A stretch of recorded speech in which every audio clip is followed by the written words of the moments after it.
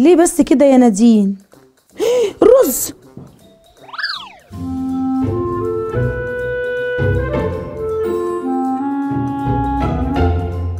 هو فعلا في جواز نجح؟ في مسلسل الهرشة السابعة شفنا ازاي علاقة نادين وآدم باظت. طب ايه الحاجات بقى اللي ممكن نعملها عشان ما نوصلش للمرحلة دي؟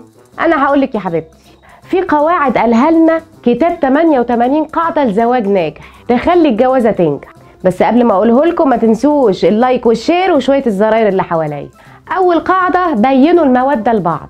هتقولوا لي حب ايه وكلام فاضي ايه؟ هقولك مش لازم حب، لازم مودة. يعني تعاملوا بعض كويس بحنية وبرحمة، ولازم تحترموا الاختلافات اللي ما بينكم. مش لازم تبقوا شبه بعض في كل حاجة، الاختلافات حلوة. تاني قاعدة، قلل الانتقاد. من الاخر محدش بيقدر يكمل طول ما شريكه ما بيقدروش وبيقعد ينتقد. وبلاش مبالغه وافوره، يعني مش عشان هو نسي كيس العيش وهو راجع تقولي له لا ده انا عمري ما اعتمد عليك في حاجه، ده كيس عيش يعني ما حصلش حاجه. لو عايزه تنتقديه قولي له بالراحه وعلى قد الموقف.